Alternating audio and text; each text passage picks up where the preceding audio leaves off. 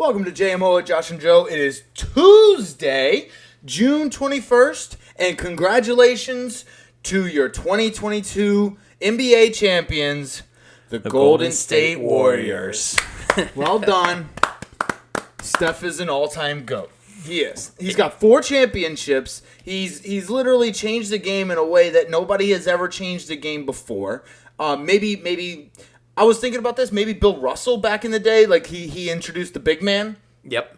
You know, Bill Russell back in the day. But nobody's had such an influence on the game of basketball as Steph Curry has. I know people like LeBron fans are going to get mad, Jordan fans are going to get mad, Magic fans, Bird fans, whatever, dude. Listen, he literally changed the game. He did change the game, and you can tell. This championship meant a little bit more to him than the rest of them. Well, of course. I mean, I think this one was his championship. Mm-hmm. This one was his championship. The first one, it was kind of a collective group. I mean, he kind of was a little bit off on the first one. Well, yeah, because Iguodala got the MVP. He got the MVP, yep. And then the next 2 years, you had KD come through, and I mean, KD was kind of stealing the spotlight. And here's the thing: they were like, those were like some of the best NBA teams of all time. And everybody was like, well, that's because the Warriors got KD. Yeah, and now he's actually proved himself. So he's won one before KD got there and after KD got there. And I don't think they win it without Steph this year. Oh, no, not even close. Not even close. His performance in the NBA Finals was one for the ages. Here's the thing. Like, if anybody else would have done it, it would have been like, oh, my God, that's insane. But the fact that Steph Curry just makes threes like that and puts up 30-point games like they're nothing is just a testament to how good he is. And, he played so fucking well. And here's the thing. It's not even just the threes. This man has he is good at every facet of the game. He's good at defense. He's good at, and did you see him drive to the hoop? Like, even when he did like a Tony Parker floater, or he took it to like Kyrie to the rim, like and the guy just doesn't stop running. He has stamina like a 10-year-old boy. That's exactly why I was so baffled why Steve Kerr actually took him out of the game at any point in this series. Like, the guy is just like the Energizer Bunny. He is. I mean, he straight up will just run around the court. Like I said, like if he just, decreased the amount of times he ran around the court, 4 or 5 times, per game, he could actually stay in the entire game. Yeah, they do some James Harden active rest. Yeah, I mean, so if he's ever hot, do not take him out of the game. No, oh God, no. Do not take him out of the game. I don't care. You can I get it. Like load management or rest if you're gonna win the game. But if you're in the playoffs or like a pivotal moment of a game, you got to leave him in. Yep. You got to leave him in.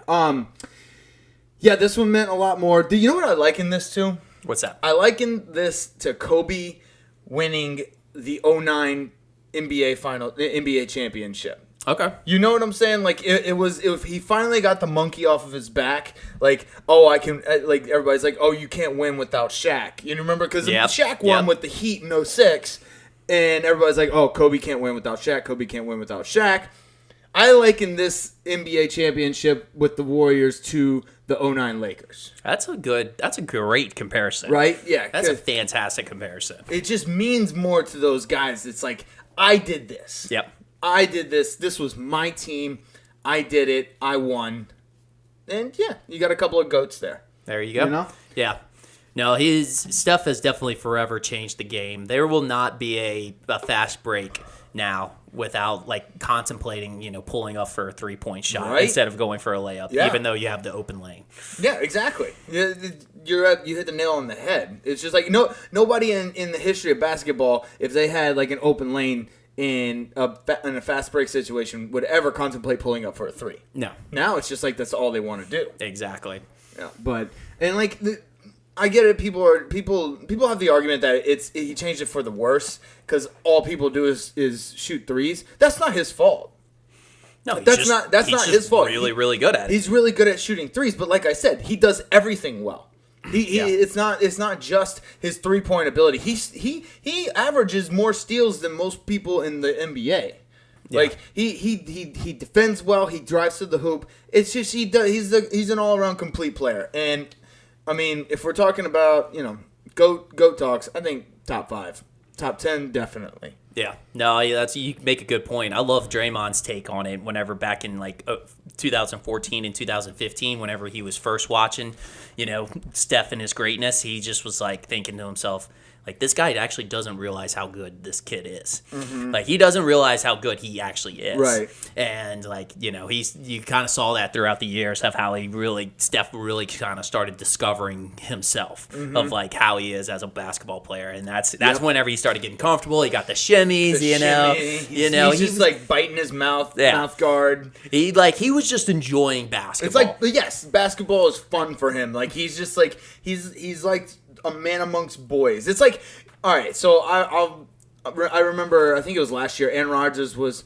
at the line of scrimmage, and like he was playing against, I forget who he's playing against, but he was under center, and he was looking around. He just smiled. Because he knew exactly what the defense was running. He knew he had the exact right play call, and he scored a touchdown on that play, and they went back and reviewed it, and they didn't review it, but they showed it on the replay, and they showed him just grin. Like that's the way I think Steph Curry is playing basketball now. He's so much better than everyone else, and now he knows it that he's just having fun with it. Yep, absolutely. But let's talk about the game. Game 6, the Boston Celtics. Here's the thing. I think, like I said last week, I think they're gassed. They were gassed. But it did look like they forgot how to play basketball. I mean, they were hitting some threes, but I think you're right about the gas. Game 4 really took like all the life out of them. I mean, because you could tell after that Game 4 when Steph Curry had his 43-point game, and it literally took the life out of them. Because I mean, that's their pride. They were a defensive team all year round. That's what their bread and butter was. Yep. It wasn't like they were going to outscore everybody, but they were going to make sure you didn't score as much as they did. Right. And for Steph to come through and win that game, single-handedly. Almost single-handedly. I mean, I don't want to take anything away from the rest of the team, but it really did kind of take the life out of them. You could tell they weren't the same team. No. For Game 5 and Game 6. Yeah. I mean, Game 6, they came out a little bit. They were hot coming out. They came out hot, but it was the 56-second mark in the first quarter is whenever Golden State took that 24-22 lead, and they never looked back. See, I think the game was over a minute and 20 seconds left in the first. You know what happened a minute and 20 seconds Remind us all. left in the first? Draymond Green hit a 3. That's when I stood up and I said, this game is over. That is very true. Draymond Green you did say those exact words. Is making threes. Game's over.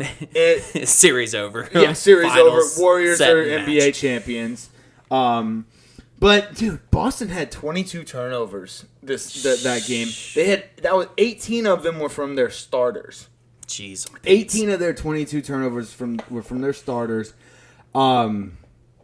They like you said, they had a nice start, but they gave it. Like, I get it, Steph Curry got MVP and rightfully so, he deserved it. But I think a close runner-up for MVP was the Boston Celtics offense. They scored so many points for the Warriors. Yeah, they scored a bunch of points for the Warriors. They just couldn't get things going. I mean, I've seen them be a well-balanced team and let's put it this way. I guess kind of a fluid. They're fighters. Fighters. They're fighters, but I don't know. I've seen them be a little bit more passive and be able to connect on those passes a lot better. They seemed like they started the series where they were really trying to make some passes and it just didn't go that well. And then towards the end of the series, it was just stupid passes. I'm not gonna lie. It was just some dumb passes. I want to go back to that word passive. If the team is passing really well, they're passive. They're passive, yes. We got to make that a thing. Absolutely. The fucking Boston Celtics game 2 was passive. They were passive. They were very passive. Honestly, Golden State's a passive team. Golden State is a very passive team. They're very Rajon passive. Rondo was a very passive player. Yes, exactly. I think he's only a passive player. Yeah, that's all he is. He could get a couple of rebounds and steals, but he's a very passive player. Mm-hmm. Oh man, we need to get this going. Speaking of Rondo, I think the Boston Celtics need that type of player. I think they need a guy that brings the ball up the court. I understand Marcus Smart is the point guard. Bring Rondo back. Bring Rondo back. Hashtag bring Rondo back. 2023. I think if you just move like him point guard, Marcus Smart shooting guard, and then have Jason Tatum and Jaylen Brown as the forwards, and then Robert Williams as the center. Just play a small ball, Small except for Robert Williams. Yes. Well, Yes. Robert Williams still small ball. He is small. He's 6'8", according to Yahoo. Yeah. We're gonna go with Yahoo. Dude, I really do think that they need that guy, that like a Rajon Rondo, like a captain of the offense. Like, he might not be the best player on the team, but he has the court vision. He knows how to direct people. You know what I'm saying? So maybe not an old, because I feel like Rondo's maybe a little bit more in his he's way prime. too old. So would you say the equivalent would be Alonzo Ball? Ooh, Lonzo Ball, LaMelo Ball. LaMelo shoots too much. He does shoot a lot. Lonzo's more of a passive. Yes, he's a passive. He's a passive guy. He's a passive. They need a passive guy. Yes, they need a very passive guy. Here's the thing: the Celtics came out hot. They were making their threes. Golden State just didn't miss. They didn't miss.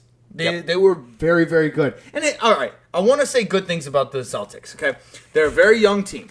I want to say something nice about the Celtics because I know Celtics fans are going through it. But they're a very young team. Yep. As long as Jason Tatum's confidence wasn't shook, which I don't think it is, because they were made it to the fucking Game 6 of the finals. It shouldn't be shook. I think that was a little bit his fault, but I'll go into that in a second. Okay.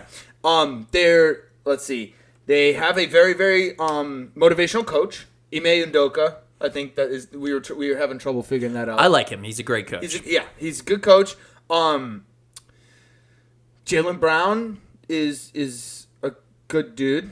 I think he's great. I think he's a good player. He had 34 points in the last game. Yeah.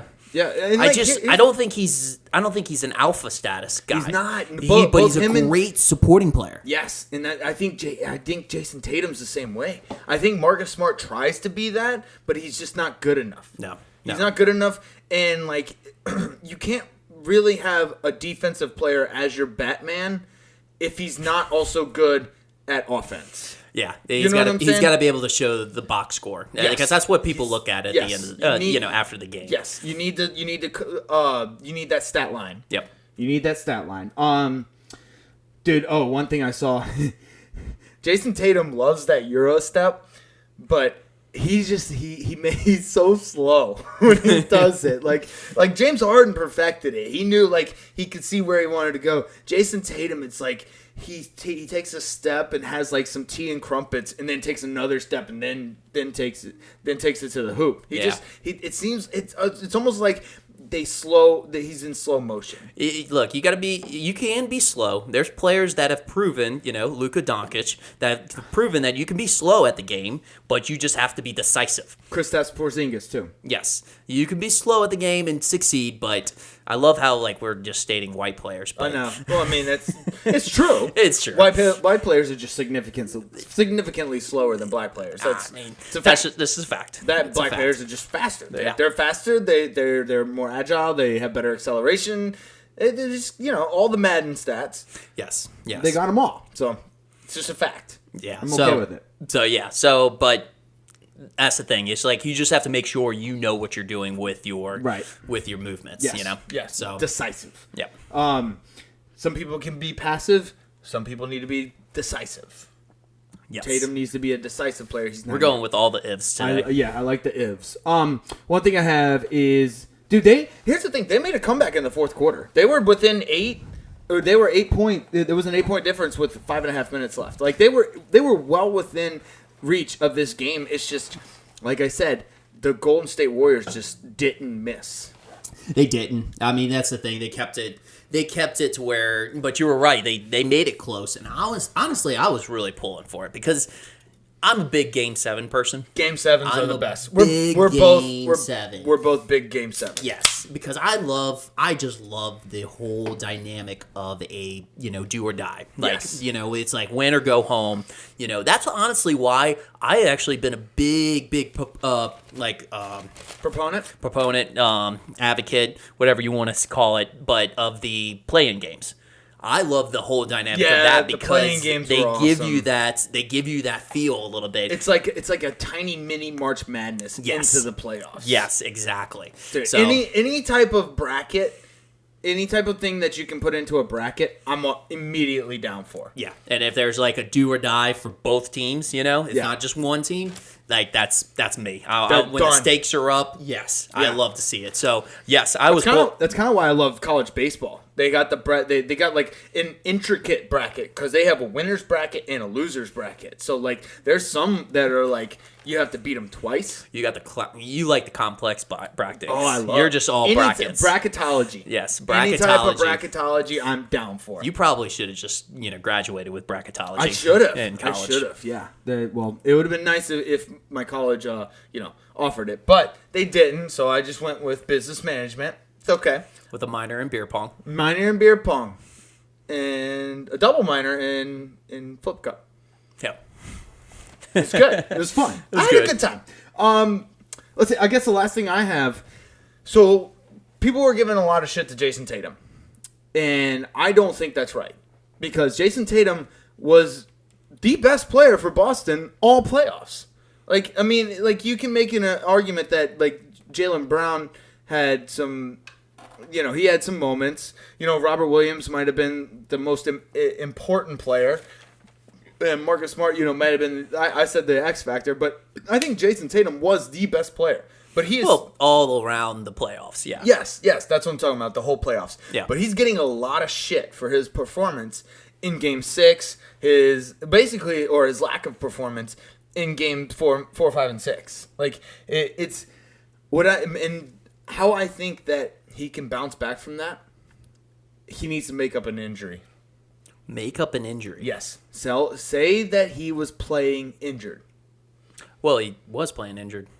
Was sort he? of. Remember his shoulder? Oh, He messed up in. He messed. Milk it. Yeah, he's just got to milk that. Milk that shoulder injury. Yes. That's So what you're he was you're playing. right. Yes. Yeah. And, He's got to milk and that. immediately everybody's just like, oh, okay, he was playing injured. That's why he sucked. Yeah. Now Brad Stevens actually told him like the first thing he said, whenever after the loss and everything was go get some rest. Yeah. So yeah, rest and rehab. Yeah. Rest so and rehab. You can actually, I like it. I like it. Yeah. Did you have anything else on the NBA Finals before we get to the parade? I think as far as his psychic goes, still talking about Jason Tatum. Yep. I don't think he should have done what he did in Game 1 whenever you wore that shirt with Kobe and Michael Jordan. Why? I don't know. I felt like that was a statement of like, I'm already here Oh, when he wasn't. Gotcha. Well, no, I know. The only reason I know this is because he explained it later. He just showed basically his biggest influences for him to play basketball. So like the people who influenced him the most. Yeah. Was Kobe and Michael. I guess some people took it as he was comparing himself to them. Yeah. Which a bad move if that was a thing. I think he was just saying these are my But why have that focus on you? This is my like, inspiration. This is like just because you know how some people draw this is my guess, but you know how some people draw inspiration from people who've been there before. Like I don't know. Yeah, but use that mental aspect of it. Don't use the actual like Yeah, physical and you're intentional right. No, part whenever of it. whenever if you showboat it, it's a little much. Yeah, I think that's why you don't you don't post your workouts on Instagram. You just do your workouts. No one cares. Well, some people feed off of like the comments. They're like, "Oh my god, dude, you're getting so fucking yoked." See, I think the best players though I think they settle at that point because that's what they're looking for. That's what they're feeding off of, and they just settle because that's exactly what they were. Their mentals are in the wrong spot. Exactly. Gotcha. They're just looking for that affirmation, that words of affirmation that they actually don't focus on why they're doing the workout. And when the workout They're is focused on the attention and not the reason why they're doing it. Yes. Got it. Okay, that makes sense. I like it. You want to get to the parade? Absolutely. Okay, good. I'll let you start. I know you were pretty excited about this. Klay Thompson was lit. Thompson was fucking drunk. He took Tom Brady's spot. Yes, he did. In the celebration. We need a T-shirt with Klay Thompson drunk on it. Yes. You remember how we did that with Tom Brady? Yes, absolutely. We need a T-shirt with Klay Thompson falling into that girl. Yes. Falling into that girl, drinking the Hennessy, or his hat flying off. Drinking the Hennessy is a good one, too. I think that we would need be to a get good all one. in when the ring fell off. Yes, and he was looking for it on the parade ground. Dude, we need all 4 of those shirts. That would be awesome. Oh, gosh. But that was pretty fucking funny. Yeah. I love seeing those like famous people get hammered, you know? Like Patrick Mahomes drinking Coors while he's playing golf. Or like, you know, Tom Brady getting just fucking lit off of probably vodka because he can't drink anything else. Well, because and the thing is because those athletes, they actually do like train their bodies, and like alcohol is, some of them will party a little bit, but the good ones will actually stay off of that for most of the year. Right. Majority of the year, and it's just whenever they actually let loose like that, like you can tell Klay Thompson's a lightweight because, he just got so hammered like that and really quick. Yeah, so he trains himself very well, and especially he deserves it. I mean, he waited 2 years. He waited 2 years. People didn't think he would be able to fucking run again, much less play basketball the way he's played. Yes. So yeah. Props to him. He actually put the time in. Yes. I am not taking... I love this. This is my Christmas with these players, because there's like, look, they're getting hammered just like I get hammered. Yeah. They're just like me. It helps me relate to them on a level, just one level. I can't relate to these guys on any other level. You're not as fast as them. I can't jump as high as them. And you can't shoot like them. I'm not as tall as them. Nope. So I can't relate to them in any other way, but when I see them, hanging out, drinking, being drunk and happy, I'm like, oh, I can do that. I can do that. Like it's nice. It's nice. I don't know. I don't know if that's a bad thing or not, but I like seeing it. It's fun. Did you see Draymond Green's speech? Yep, sure did. I just love how he ended it with "fuck everybody else." As always, fuck everyone else. Yeah, I mean I've done a complete one. I used to hate Draymond Green, mostly because just looking at his face made me mad. He's a mouth breather. He opens his mouth every time he breathes. He never shuts it. Sure. It was not anything about him as a person. It was mostly just me. But now I love him. I love everything about him. I want to listen to his podcast. No, he's definitely would be a good one to have a podcast, and I'm just waiting for him to get brought on to ESPN. Because they like the shit talkers. Yep. Speaking of which, people keep calling out Stephen A. Like the young guns, JJ Redick and what's his face, keep calling him out on his bullshit. I don't know. I kind of don't want people to call Stephen A. out on his bullshit anymore. I kind of like Stephen A.'s bullshit. Now, because when JJ Redick brings him back down to earth, it's well, now it's no fun. It's no fun. Yeah. I mean, at first you can just laugh about it and be like, oh, Stephen A. Stephen A. That guy. And then when Jay Farrow makes fun of him, you're just like, oh my God, this is fucking priceless. This is great, Yeah. But, but whenever he gets called out, it's like, oh, well, come on now. Well, now you just ruined the fun. Because now he looks like an idiot, and nobody wants that. No. Nobody wants him to look like an idiot. Anyways, you got anything else on the parade? I think that's about it. Okay, I wanted to talk about the fake Klay Thompson. Absolutely. Fake Klay, dude. Okay, this guy got lost $10,000 plus on seats and got banned for life for 10 minutes of being an NBA player. So worth it or not? I was about to say, was it worth it? I mean, the thing is you can forever say that you actually fooled the entire security at the Golden State Warriors facility and was able to warm up for 10 minutes.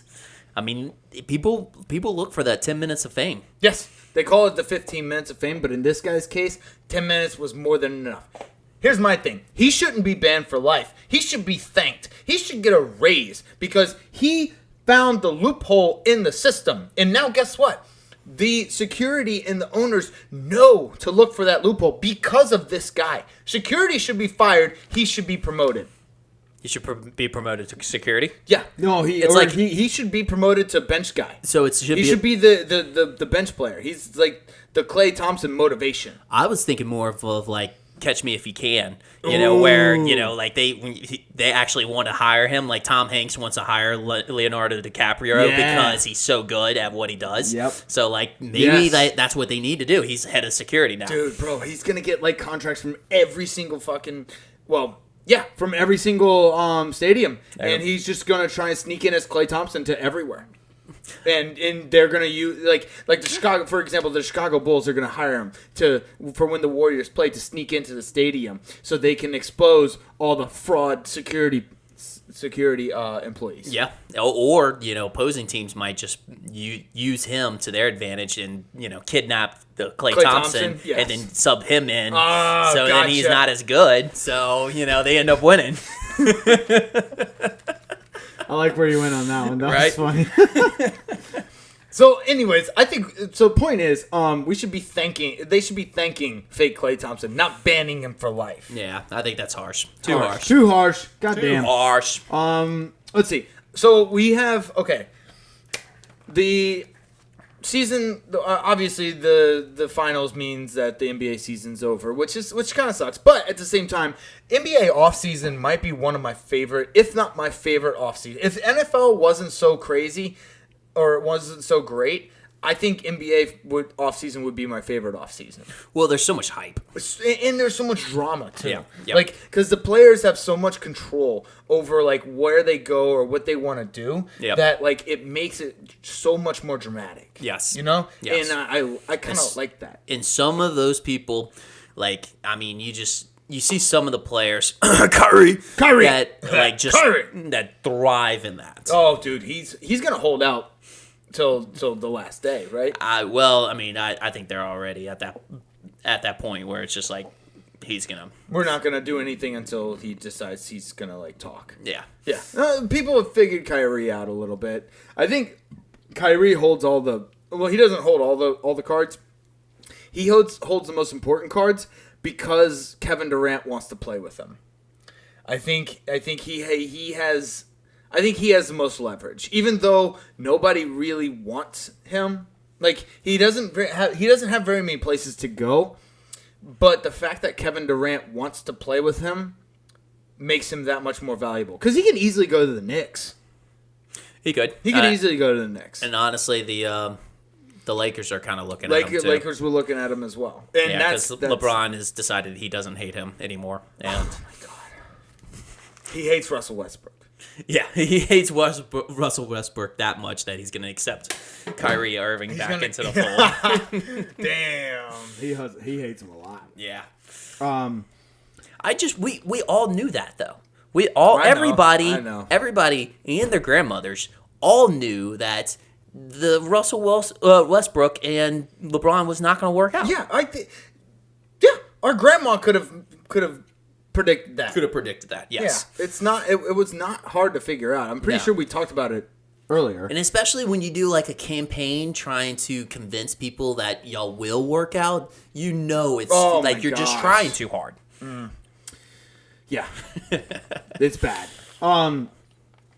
Let's see. What did I have? Oh, Mike D'Antoni is meeting with Michael Jordan about the Charlotte Hornets. I'd like to see that coaching job. I like seeing Mike D'Antoni as a coach.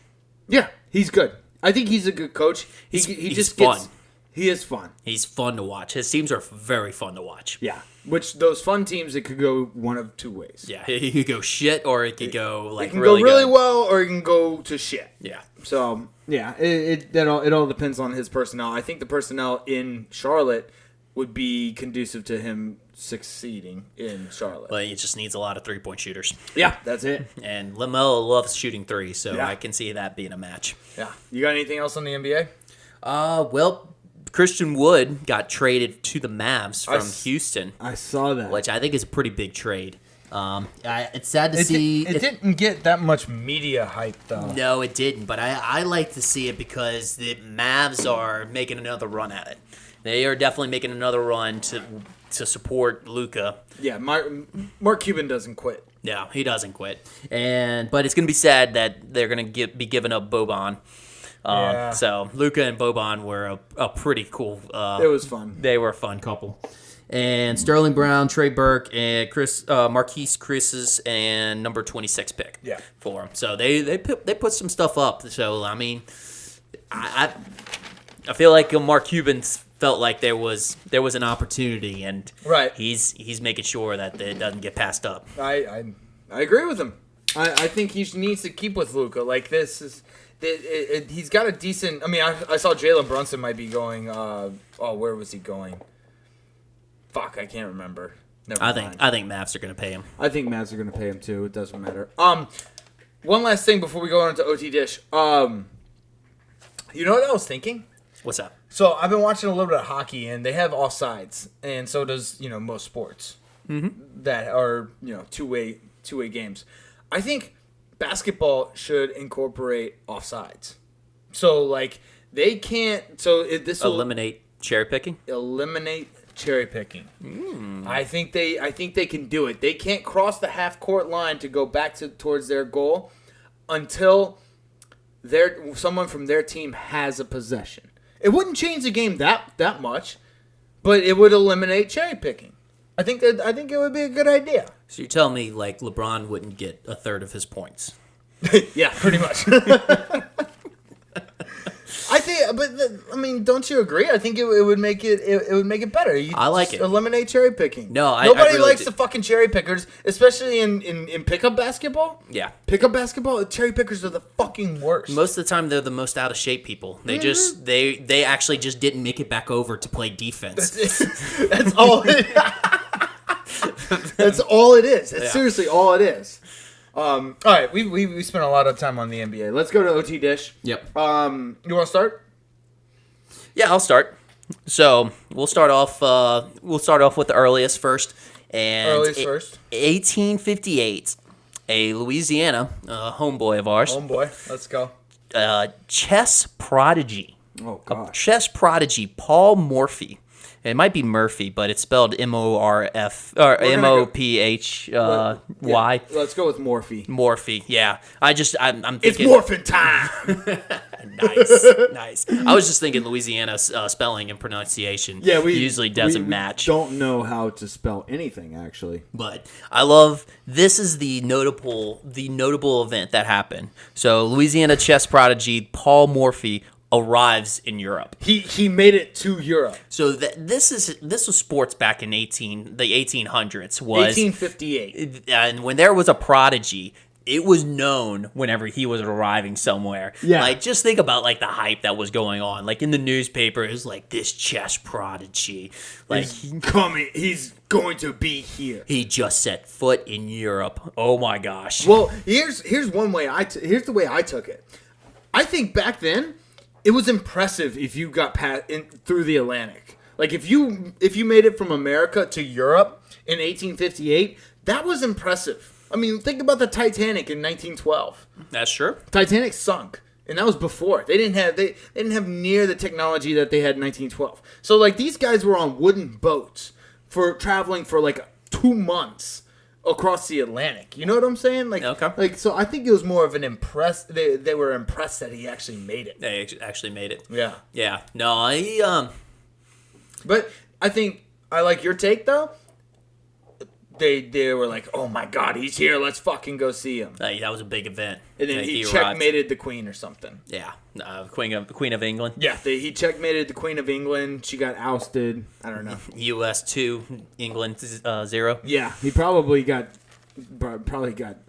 assassinated or something. But anyways, yeah. So that happened. What else you got? All right, 1971 U.S. Open, which I guess is a little bit, I like it, yeah. Kind of in the theme of like what's going on right now. Lee Trevino wins his second Open by 3 strokes, and so he did this during a playoff. So he won by 3 strokes over Jack Nicklaus. Jack Nicklaus? Yeah, Jack Nicklaus. Nicklaus? Yeah, I just kind of messed up on that last Jack part. Nicklaus. It's okay. But yeah, so won by 3 strokes. but off of a playoff. So back then, they used to have a Monday 18-hole playoff.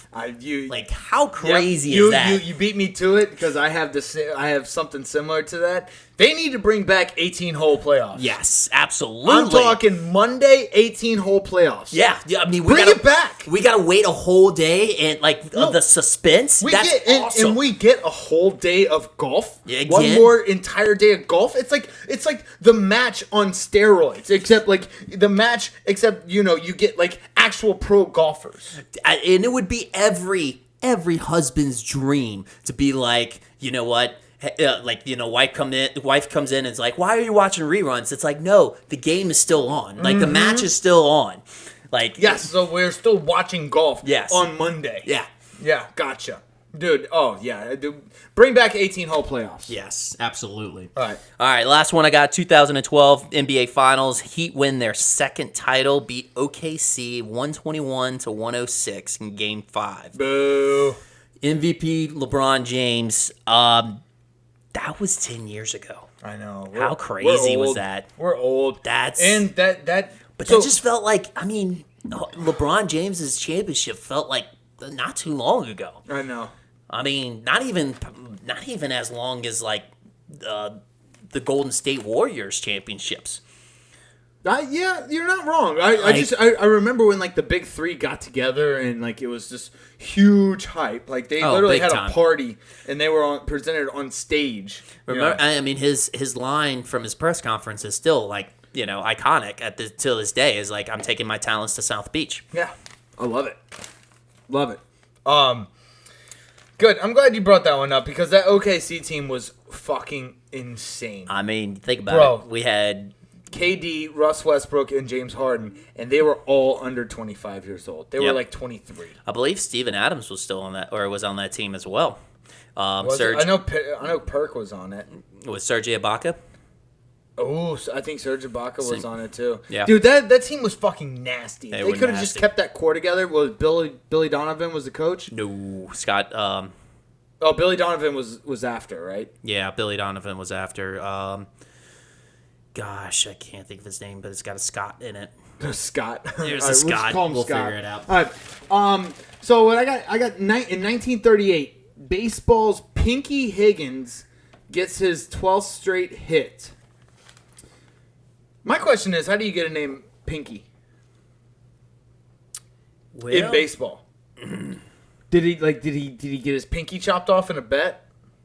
Yeah, well, I mean, he could have been Italian. Could have been Italian. That could have been very, very close to it. So Italians bet their pinkies? Oh, yeah. You see, like, the mob? Oh, they're all Italians, yeah. Oh, yeah, gotcha. Okay. He got in deep with the Sharks. Exactly. Got it. Okay. Yeah. Either that or, I mean, hey, they saw him in the showers one day, and that was it. Oh, that's a small dick reference. Small dick reference. Oh, poor Pinky. Yeah. Well, at least he had big wheels. Pinky Higgins has a small dick, but he was good at baseball. He was good at baseball. He probably still got laid. Yep. And they faked it for him. And a big truck. Good for him. Yeah, he had a big jacked up truck. Yeah. Of course. All right, so in 1965, this is going off the U.S. Open, sticking with the times. 1965, Gary Player wins U.S. Open in an 18-hole playoff. 18-hole playoff. Talking, in the 18-hole playoffs to complete his career Grand Slam by age 29. I really want to see an 18-hole playoff. 18-hole playoffs need to make a comeback. Yeah. For sure. And sticking with the NBA championship storyline, 1988, the 42nd NBA championship, Lakers beat the Pistons 4-3. Do you know who did you see who the MVP was? I did see Damn. it. MVP was James Worthy. I thought it was going to be Magic Johnson, or Kareem Abdul-Jabbar. Jeez, that's a loaded team. Loaded fucking team. Loaded team, dude. That Pistons team, that was Isaiah Thomas and Dennis Rodman and all them. Oh, that's right. That's right. Pistons. That was around that time. Yeah. So, anyways, you got anything else for OT Dish? That's it. All right, let's move on to NFL news. We'll go through this fairly quickly, just because there's not really too much to talk about. The Saints' new helmets look fucking fire. Those black helmets. Ooh. So what do you think the combo is going to be? It's got to be with the white jerseys. It can't be with the black. No, it can't be with black. No. And I wish. Here's one thing I thought about. I wish we could do all gold jerseys with the black helmets. How fucking sick would that look? Ooh, I think How you sick got. would that I think look? you got something there. That would be fucking amazing. All gold jerseys, white numbers with Yep. the black helmets. And like, you know how the black outline on the numbers? Yep. Yeah. Yep. With the black helmets. Come on, New Orleans. Miss Gail Benson.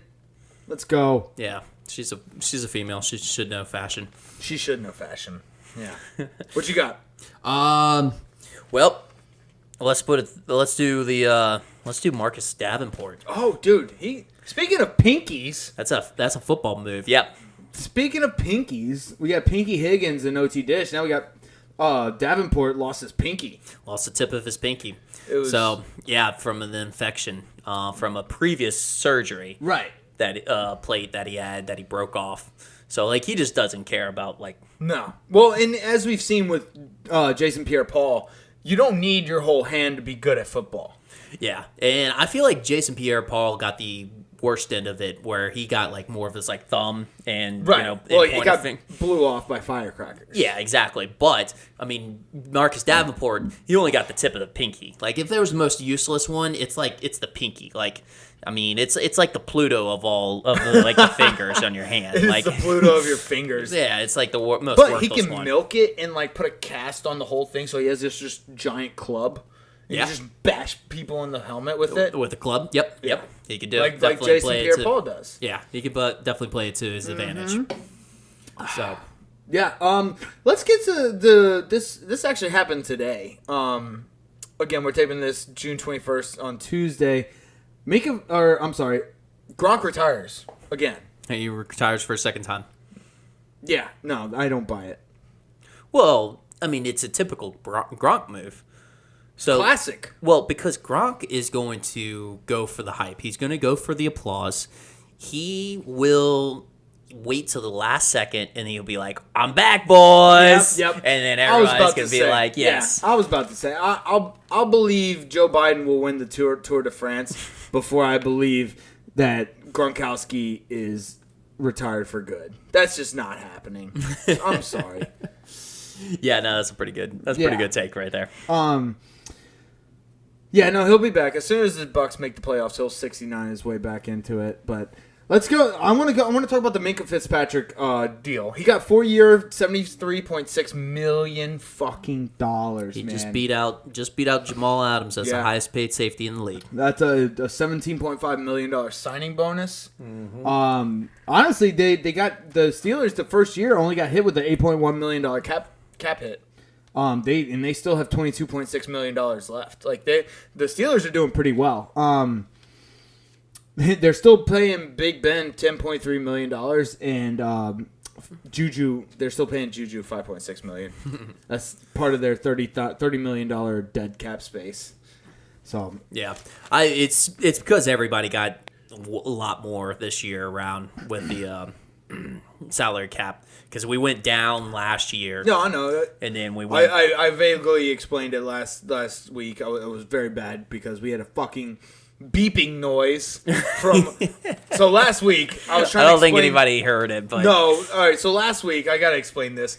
So last week I was trying to explain the NFL salary cap. I spent hours studying this bullshit, only to have our stupid fucking Wii sensor. So we have Wii, like a Wii, and we play Wii Sports with it. And our sensor is battery powered. So if we leave the batteries in it too long and the sensor on too long, it starts to beep. And it beeps really fucking loud. And as I was explaining the NFL salary cap to you people, it started beeping. And the only fucking thing I could listen to and concentrate on was the fucking beeping. And I could not explain myself because I was so furious at the end of it. You can ask Joe. I was so mad because I spent so many hours learning the fucking salary cap only to have a stupid Wii sensor piss me the fuck off and distract me so goddamn much that I could not explain it. Yeah, no, it was Yeah. I got very angry. It was annoying. It was super fucking annoying. Yeah, but little did we know that it actually does, like, actually turn off after a while. It stops. It does actually It did stop. I didn't I thought know it was that. going to be actually going the entire time. Right. I'm very glad it stopped. Ooh, I would not have been able. I probably would have just paused the show. Yeah. And just edited it out.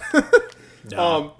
Let's get. What else you got? Let's move on to the more NFL news because we got the U.S. Open recap. Well, we talked about the Saints' new helmet. Did you see Yeah. the Eagles' new word mark logo? Yeah, I like it. I think it sucks. Really? Oh, Yeah, dude, I I think it's way better than their goth bullshit. It looks No. like their old one looked like it had the spikes coming out of the side. It looked like the goth people wear the fucking bracelets with the spikes sticking out. Yeah, no, this one looks like they procrastinated till the Yes. right to the due Okay, date, you're right, and then you're right. actually stole the font from the Vikings. Yeah. No, you're absolutely right. That's just what I'm saying. Here's Like the thing. That's how bad I think the old one was. that they would just accept. That Like they- the front office was just like, all right, fine. Whatever, dude. Fuck it. Like we get it. We get that you actually just procrastinated till No, the that's- last day on this. Yes, it's exactly what they did. That's what the Boston Celtics do in every series, or in most of their series. It's what I did in college. You just procrastinate to the last fucking minute, take a bunch of Adderall, and just turn in something that you can get a C on. Just turn something in. C's get degrees. Yeah, Yeah, But- it works. That was kind of funny. it was funny. What about Fitzmagic joining the Amazon crew? I can't fucking wait. That was great. Good Lord, I can't fucking wait, man. That Jeff- man, I hope he keeps his beard and everything. You know what? I hope he only wears Deshaun Watson's shirt with those glasses while he's announcing the game. That's Yes. what the people need. That's what they need. No, that's absolutely correct. And I can't help but to think that like Jeff Bezos is just like that dude. That guy. We want him. I want him. Yes. I also want his hair. They're like, no, we can't do that. I'm Can't do sorry. that. $1 billion. Okay, we can think about it. We'll do it. We'll think about it. Let's see. Jason Garrett replaces Drew Brees on NBC. Oh yeah, that's right. Honestly, here's the thing. Jason Garrett, head coach, not a big fan. Jason Garrett announcing, I kind of like it. I think he's like kind of tailor made for it. Is it the trend of Dallas people, coaches, and players going from Dallas to the announcing? Are you the talking analysts? about Tony Romo? Well, that's what I'm saying. Is that the trend? Is it like just we don't really like them on Dallas, but we actually like them in the booth? Yes. So like I actually kind of like Troy Aikman in the booth too. Yeah. So all Dallas people. All Dallas people, yeah. Dallas, you suck on the field. You're great in the booth. Yeah. Tony Romo is top tier though. I will say that. But I also think Jason Garrett will be great. Okay, like I alluded to earlier, football needs to incorporate teams on the same sidelines. So I've been watching the Stanley Cup playoffs and the Stanley Cup finals. Them talking shit to each other because they're on the same side of the ice. Oh yeah. Those two benches talking shit to each other is so much fun to watch. And if I could get two NFL teams on the same side, imagine. I mean, it would be intense. They could both fit. There's plenty of room on both sides. But the thing is that I feel like they're separated in hockey. There's a plexiglass that's separating They both can of them. find something to separate them. Yeah, you think they're not going to get through that or get around it, or just let them go at it. I mean, they don't let them go at it already. I know, but I mean, come hockey on. at least they let them throw They the let 'em gloves fight off. it. Yeah, they let them fight it out. Yeah. I don't know. I just think it's an idea. Should consider it NFL. I like the idea. I don't think there's a way to contain it. Right. No, There's not. There's not. You gotta do a giant Berlin Wall or something. But Yeah. You got anything else in the NFL? Nope, that's it. All right. Oh, excuse me. Let's do a U.S. Open recap. This one was fucking fire. Like this Sunday was very, very entertaining golf. Oh, it definitely was. Like the whole Fitzpatrick. Well, first of all, let's congratulate Matt Fitzpatrick. Yep. Congratulate Matt Fitzpatrick on winning the U.S. Open. Who? Fun fact. won the U.S. Amateur Open In in 2013. 2013 at the same course that he won the U.S. I saw Open. that. I Yep. saw that. That is incredible. And I think he's only one of 2 players that have done it from the same course. He's one of 13 players that's won the U.S. Amateur and won the U.S. Open, but he's one of 2 players that's won the U.S. Amateur and U.S. Open at the same course, and the other one was Jack Nicklaus. Oh, I was gonna guess that. I should have let you go. All right. Well, anyways, this was a crazy ending. Like from basically hole 8 all the way on, it was just intense golf between Matt Fitzpatrick, Will Zalatoris, and Scotty Scheffler.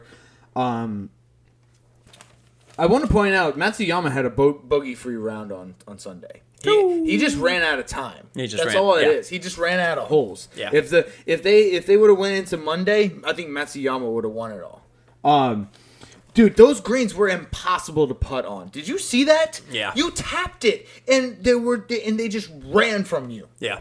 Ran from you. And then whenever you let's say you hit a wedge shot from what 70 80 yards out, if you didn't hit a certain point of the green, if you didn't get over that what do they call it, I don't know. Anyways, if you didn't get it on a certain point of the green, it would roll back 50 yards.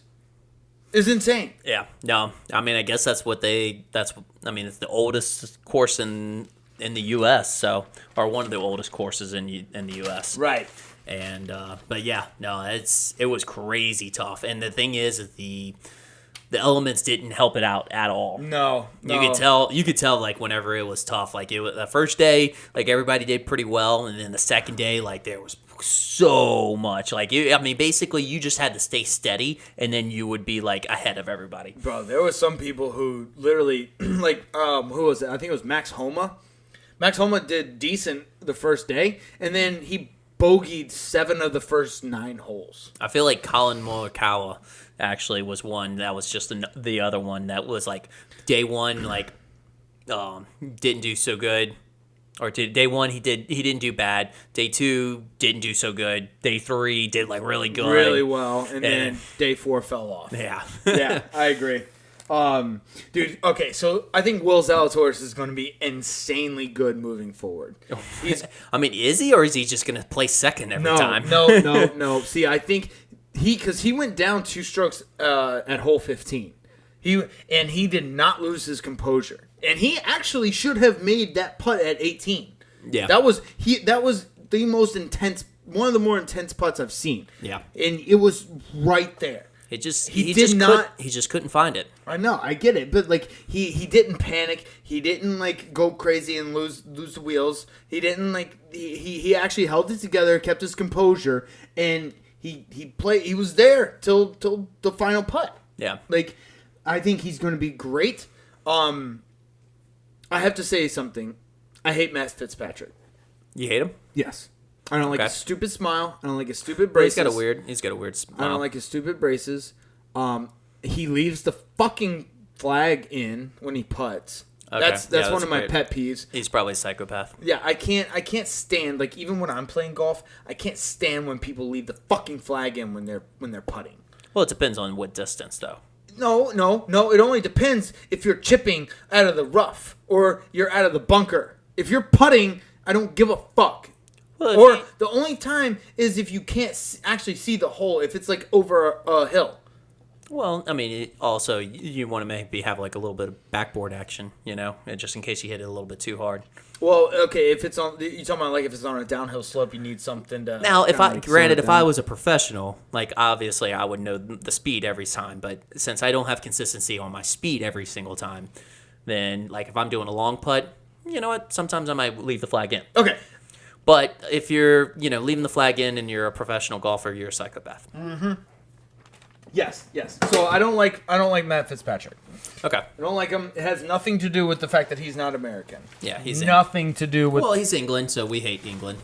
We've hated him since the Revolutionary War. 1772. Yep. Actually, we don't really hate them anymore, right? I think we're good, right?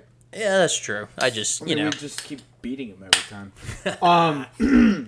I do want to say this. As much as I hate Matt Fitzpatrick, his bunker shot at the 18th hole on Sunday was absolutely incredible. Oh, it was insane. Unbelievable shot. I did there's no way in my right mind could I ever even imagine myself doing something like that. No. And it honestly, it won him the U.S. Open. It was unreal. So yeah, the greens were insane. There was a bunch of like really harsh lip outs for some reason. I think it was because of the speed of the putts, like all the downhill. Yeah. Very harsh lip outs. I did want to talk to you about the guy who yelled. What was it? What day was it? Was it Saturday or was it? No, I think it was Friday. It was Friday. Yep. On a Bryson DeChambeau. No, not Bryson. It was Phil. Phil Mickelson shot. Yes, Yep. That's right. Because Phil likes to be interactive with his fans. Yes, he basically a guy. So what happened was on one of Phil's shots, I can't remember which hole it was on. A guy yelled out, "Al Horford plus 9.5 rebounds." Yes. That was Friday. That was Game 6. Al Horford had 14 rebounds. 14 rebounds. Blew it out of the water. I need this guy. I want this guy. Where is it? We need to find this guy. Not all heroes wear capes. Right. In this case, this one is just a drunk idiot at the golf tournament. Just yelling facts. Yes. He's yelling facts. At first, I thought it was obscenities, but you know what? It was facts. Straight facts, homie. Straight facts. Do you have anything else on the U.S. Open? I think that's about it. All right. I guess the last thing I got for golf is, bro, we got 8 out of the top 50 players going to LIV. Yep. Brooks Koepka being the latest one. Abraham Ancer as well. He answered the call. That was good. Well done. Nice. Well done. All right, let's get to other news real quick and then we'll wrap up. Stanley Cup Finals. So, I've been watching this. It looked like the Avalanche was just going to steamroll the Lightning. It looked like they were about to avalanche them. It would be an avalanche, yeah. Damn, I missed the ball on that one. Fuck. I'm just going to quit. I mean, he was right there. I know, it was served up on a silver fucking platter. And I let you go first. I know, you did. I should. That was my fault. All right. I'll take the L on that one. But the series is 2-1. The Avalanche won the first two at home, and now the series is at Tampa, and Tampa has won the first one. Vasilevsky had the best bounce back job I've ever seen one of the best bounce back jobs I've ever seen in my life. He let 7 goals in Game 2. Yep. And then just had this insane game in Game 3. Yeah. Okay, so one thing I've noticed, so the goalies in hockey, this is also, kind of trying to associate this with football, but the goalies in hockey, they have leg span. They have split span. I call it a split span. So you know how you know how NBA players and NFL players have wingspan? Yes. Goalies in hockey have split span. Okay. And that's These what they do. motherfuckers- That's their measurement during their combine. Yes, they need to have this measurement because Vasilevsky, there was at one point he blocked it. He blocked a goal. It was a shot on goal. He blocked it. It ricocheted back, and then he blocked it again. But how he blocked it was he had a giant split, and it went from just about pipe to pipe, and he literally caught it with the edge of his toe.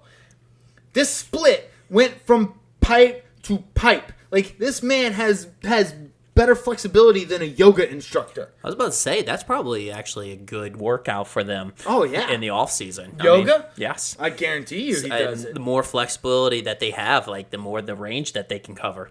And if they don't, they should, right? Absolutely. Yeah, that would be ideal because he literally saved this shot by the tip of his toe. Yeah. Unreal.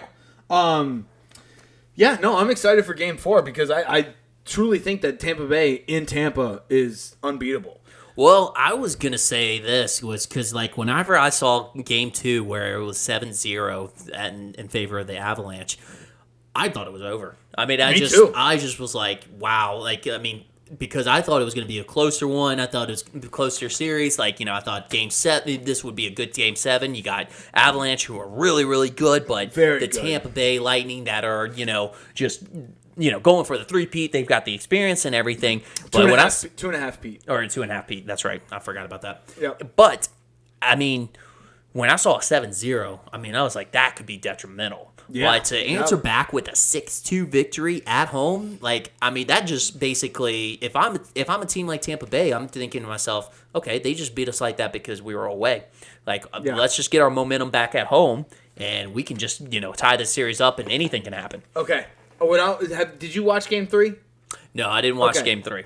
So, the Tampa Bay Lightning, they might have some of the coolest fucking shit. So, like in their stadium, they have the Teslas, and the Teslas just shoot lightning bolts all over the stadium. It is the coolest looking fucking thing.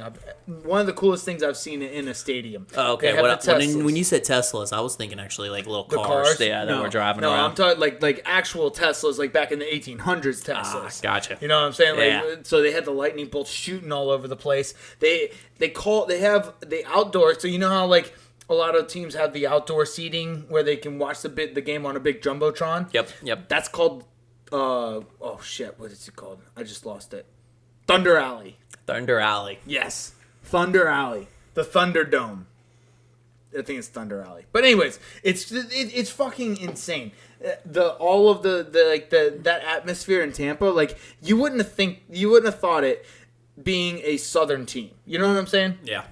I think the 1.5 Pete kind of might have like generated a bunch of the fans, but it's cool. Yeah.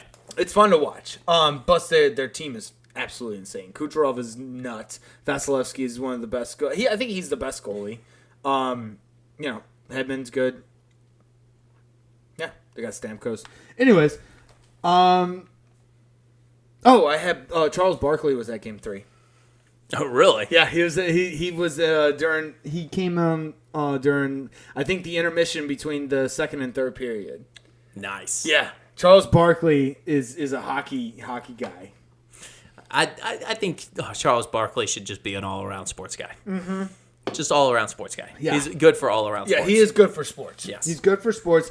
He was actually pretty funny. I think he actually kind of likes hockey. He kind of keeps up with it a little bit. But yeah, he was at Game 3. There was a bunch of fights in Game 3 too. Ooh. Game 3 was fucking dope. Yeah. Do you got anything else? I think that's about it. Biden fell off his bike. Yeah, we touched on that. Alluded to that earlier. Yep. Yeah. That was pretty crazy. Like the memes that came out about that were fucking funny. Yeah. There's too much inflation in his tires. That's what it was. All right, you got anything else? That's it. All right, let's go. All right, well, we will see y'all next week. Love y'all. All right, later.